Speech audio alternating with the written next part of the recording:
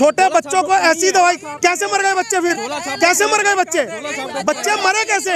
80 लोग आ रहे हैं यहाँ पे, वो बेवकूफ़ नहीं है, उन्हें कुछ बेनिफिट हो रहा है तभी बार बार रिपीट। यहीं से दवाई लेके गई तो फिर ये क्यों नहीं मरी? ये क्यों नहीं मरी? और अपना टेस्ट, अगर एक सेकंड ये टेस्ट।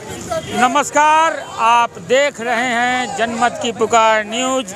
मैं अभी मौजूद हूँ सकूर बस्ती विधानसभा क्षेत्र के रानी बाग एक मोहल्ला क्लिनिक पे, जहाँ पर मंत्री सत्येंद्र जैन द्वारा यहाँ पे दिल्ली मॉडल की बात की जाती है। हॉस्पिटल वहाँ पे चंडीगढ़ चुनाव में बढ़ चढ़ के वहाँ पे नाम ले रहे हैं कि दिल्ली में हमने हॉस्पिटल बनाए हैं, और यहाँ पे भाजपा के लोग प्रदर्शन कर रहे हैं। 12 बच्चे बीमार हो गए हैं मोहल्ला क्लिनिक में गलत दवाइयाँ देने की वजह से। और यहाँ पर आइए प्रदर्शनकारियों से बातचीत करते हैं कि क्या मामला है, क्यों हल्ला कर रहे हैं। क्लिनिक बंद करो। अध्यक्ष जी, मैं तो सोचा था कि आप इलाज कराने आए हैं, मगर यहाँ पे धरना प्रदर्शन। सबसे पहली बात कि मुझे अपनी जीवन से बहुत प्यार है और मैं इन हत्यारे क्लिनिकों में इलाज कराने क्यों आऊँगा। दूसरी बात कि जैसा पिछले कुछ दिनों से आपने भी समाचार पत्रों और न्यूज़ चैनल के माध्यम से देखा होगा कि दिल्ली में 3 मासूम बच्चे इसी मोहल्ला क्लिनिक की दवाई खा के अकाल मृत्यु को प्राप्त हुए। 13 बच्चे आज भी जीवन और मृत्यु से संघर्ष लड़ रहे हैं। क्या इन सभी बातों से मोहल्ला क्लिनिक या हत्यारे क्लिनिक के डॉक्टरों के क्वालिफिकेशन पे, योग्यता पे क्या प्रश्न चिन्ह नहीं लगता कि जो दवाएं मेडिकल काउंसिल द्वारा प्रतिबंधित थी वो दवाएं उन बच्चों को दी गई और जिनसे 3 मासूम बच्चों की हत्या हो गई। और उसके बाद यहाँ के मंत्री और विधायक सत्येंद्र जैन जी पंजाब में जाके मीडिया के सम्मुख बड़े ही विश्वास के साथ बताते हैं कि मैंने एक वर्ल्ड मॉडल मोहल्ला क्लिनिक दिल्ली में शुरू किया है, आप भी जाएं और जैसे मैंने उन 3 बच्चों की हत्या करवाई है आप भी अपने बच्चों को मरवाएं। मगर मंत्री सत्येंद्र जैन तो बड़े फख्र से पूरे देश में बताते हैं, राज्यों में बताते हैं, दिल्ली मॉडल की बात करते हैं। देखिए, हाथ कंगन को आरसी क्या और पढ़े लिखे को फारसी क्या। जब से यहाँ से वो जीते हैं तब से तो यहाँ गुमशुदा विधायक का तमगा उनके लगा ही हुआ है। दूसरी बात, अगर आप न्यूज़ चैनल, समाचार पत्र और दिल्ली की स्थिति देख रहे हैं, रात को इन्हीं मोहल्ला क्लिनिकों की आड़ के अंदर शराब पी जाती है, असामाजिक तत्व बैठते हैं, स्मैकिए, नशेड़ी सब यहाँ बैठते हैं।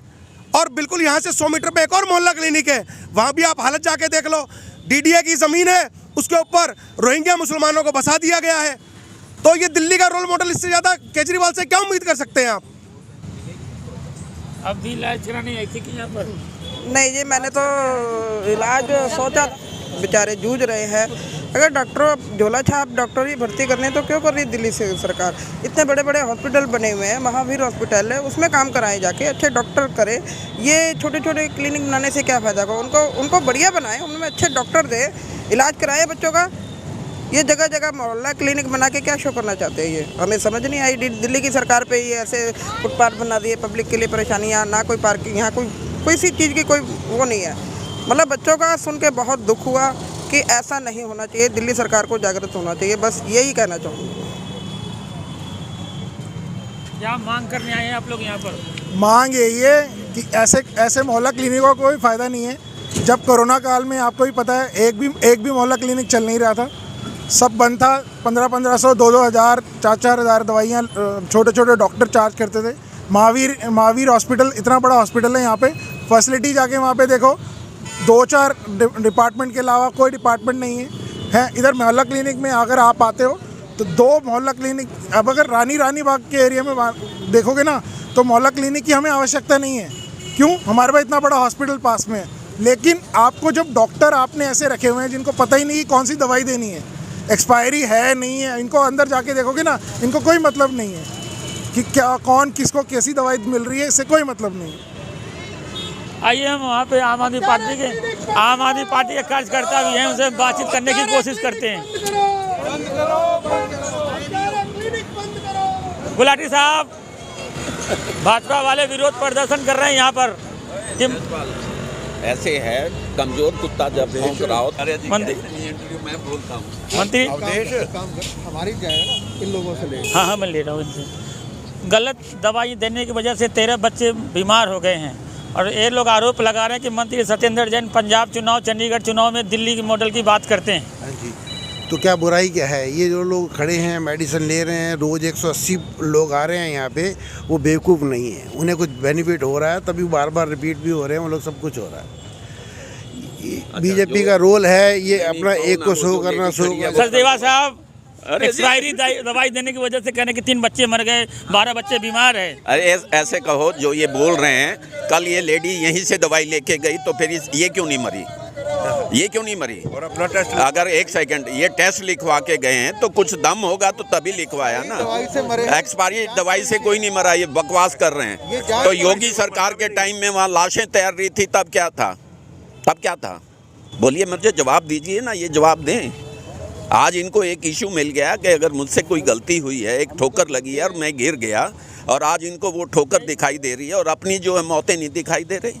यहाँ इधर दिखाओ कितने लोग खड़े हैं दवाई लेने के लिए, इधर दिखाओ ना। इनसे पूछो कि भाई यहाँ दवाई ठीक मिलती है, इनसे इतने आदमी लोग हैं। आरोप लगा रहे हैं कि 3 बच्चे मर गए मोहल्ला। इनको तो कोई ना कोई बहाना चाहिए। जिन कंपनियों की बनी हुई दवाइयाँ हैं उनको फांसी चढ़ाओ। हाँ, वो कंपनी कौन है? एक्सपायरी दवाई कभी जहर नहीं बनती, किसी भी एक्सपर्ट से जाके पूछ लो। उसका ये तो हो सकता है कि असर 100% की जगह पे 90% हो जाए, 95% हो जाए। यह कहीं कहीं नहीं था कि वो एक्सपायरी दवाई जहर होती हो। इससे पहले भी दुनिया भर के लोगों ने एक्सपायरी दवाई है, हम लोगों ने भी घर पे खाई है, आज तक कभी किसी कुछ नहीं हुआ।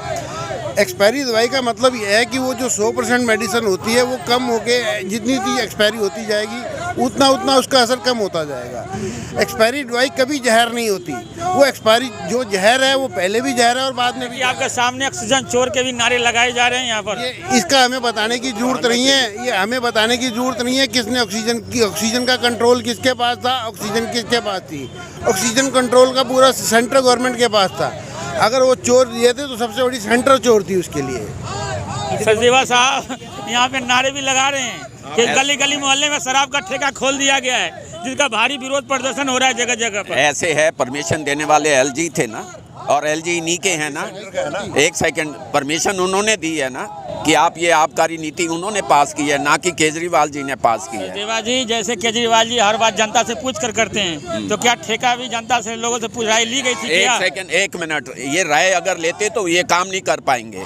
अगर आपसे मैं पूछ के कोई काम करूंगा तो मैं कभी उस काम को मैं नहीं कर पाऊंगा। तो इनसे ये पूछो कि पूछ के कोई काम किया जाता है, पूछ के किया जाता है जो अच्छे काम हों, और ये अच्छा काम है। अगर ये आबकारी नीति नहीं अडॉप्ट करते, ये ठेके नहीं खुलते, तो ये जो डेवलपमेंट हो रहा है तो ये कहाँ से होगा? मुझे पैसा चाहिए ना, इनको तो पैसा देने वाले हैं ना बहुत, वो भी है, अब अंबानी भी है, अडानी भी है, लेकिन केजरीवाल को तो एक अपने काम करके पैसा चाहिए और पैसा लेके ही काम किया जाता है। मचा रहे हैं जिनकी दुकानदारी बंद हो गई है। नहीं, ये लोग आरोप लगा रहे हैं कि पंजाब चुनाव में मंत्री सत्येंद्र जैन वहाँ पे दिल्ली की मॉडल मोहल्ला खेलने की बात करते हैं। एक सेकंड, यूपी के जब इलेक्शन हुए थे, यूपी के अंदर अपना बंगाल के अंदर, तो पूरी मिनिस्ट्री वहाँ थी, तब यहाँ कौन संभालता था इनको? एक सेकंड, इनको अब तो दिख रहा है कि केजरीवाल जी वहाँ जा रहे हैं। हर आदमी को अपनी गति चाहिए, अपना काम चाहिए, और वो काम के जोर पे जा रहे हैं, वहाँ ऐसे नहीं जा रहे। और जब बंगाल के अंदर हुआ था, ममता एक लेडी थी और तब ये बोलते थे ए दीदी, तब कहाँ थे ये? सारी मिनिस्ट्री वहाँ थी, पूरे होटल वहाँ बोलते हैं। यूपी में है, यूपी में सभी यूपी में लगे हुए हैं, तो दिल्ली कहाँ है? देश को कौन संभाले? जैसे ये लोग यहाँ पे ठेके का भी विरोध कर रहे हैं कि जब मोहल्ला में ठेके खोल दिए गए हैं। विरोध इसलिए कर रहे हैं, अभी इनको पीने के लिए नहीं मिल रही, क्योंकि जगह खोली नहीं है। नहीं, कोई नहीं मिल रही। जो इनकी जेबें भरते थे, देसी शराब जो बेचते थे, करते थे शराब, उन्हीं लोगों का शोर ज्यादा है। आपको प्रमोट कर रही है दिल्ली की सरकार की आप शराब पिए, नहीं कर रही। जिन्होंने पीनी है उन लोगों के लिए और आसान हो गया काम लेना। और पहले जैसे 2 नंबर वाला माल मिलेगा, अरे ब्लैक की शराब नहीं मिलेगी अब, बढ़िया वाला माल मिलेगा। हाँ, बढ़िया मिलेगा, बिना ब्लैक के मिलेगा। इनसे सुगंध खुलवाओ कि ये शराब लेके नहीं पियेंगे, ठीक है? आइए हम कुछ लोगों से और बातचीत करते हैं यहाँ पर। शराबी सरकार, शराबी सरकार, शराबी सरकार, शराबी सरकार, ऑक्सीजन चोर, ऑक्सीजन चोर, ऑक्सीजन चोर, ऑक्सीजन चोर, बच्चों के दुश्मन। अभी जैसे हमारे आम आदमी पार्टी के नेताओं से बातचीत हुई तो बोलते पहले शराब घटिया मिलता था, बढ़िया माल नहीं मिलता था, अब बढ़िया वाला मिलेगा। घर घर मिलेगा ना, अब घर घर मिलेगा। घर घर औरतें पिएंगी, घर घर बच्चे पिएंगे, समाज बर्बाद होगा, युवा शक्ति किसी काम की नहीं रहेगी। इससे बढ़िया बात क्या है? इससे बढ़िया बात कुछ नहीं है केजरीवाल जी, क्या घर घर बर्बाद करने का आपने ठेका ले लिया। युवा शक्ति बर्बाद कर रहे हो आप। हत्यारे क्लिनिक बंद करो। ये कह रहे हैं कि पहले बढ़िया वाला शराब नहीं मिलता था, घटिया शराब मिलता था, अब बढ़िया वाला माल मिलेगा, इसलिए जगह जगह ठेके खुलवाए जा रहे हैं। बहुत अच्छी चीज़ बांट रहे हैं, शायद वो जड़ी बूटियों से निर्मित होगी वो शराब, अच्छी क्वालिटी की। हर मोहल्ले में, हर गली मोहल्ले के अंदर घर में मिलेगी। इनसे तो पेट भरा नहीं, मोहल्ला क्लिनिकों से, हत्यारे क्लिनिकों से, और गली गली में शराब के ठेके इन्होंने खुलवा दिए हैं। और पिंक ठेकों का भी इन्होंने एक प्रावधान किया था, जो भाजपा के कड़े प्रदर्शन के बाद इन लोगों ने वापस लिया। लेकिन क्या ये हमारे नई युवा पीढ़ी को क्या देना चाहते हैं? गली से, घर से बाहर निकलो और शराब की बोतल ले लो। उसमें क्या उन्होंने अर्क डाला हुआ है? क्या उन्होंने जड़ी बूटियाँ, क्या आयुर्वेदिक तरीके से बनाई गई है शराब? कि पहले से अच्छी है या नहीं अच्छी है?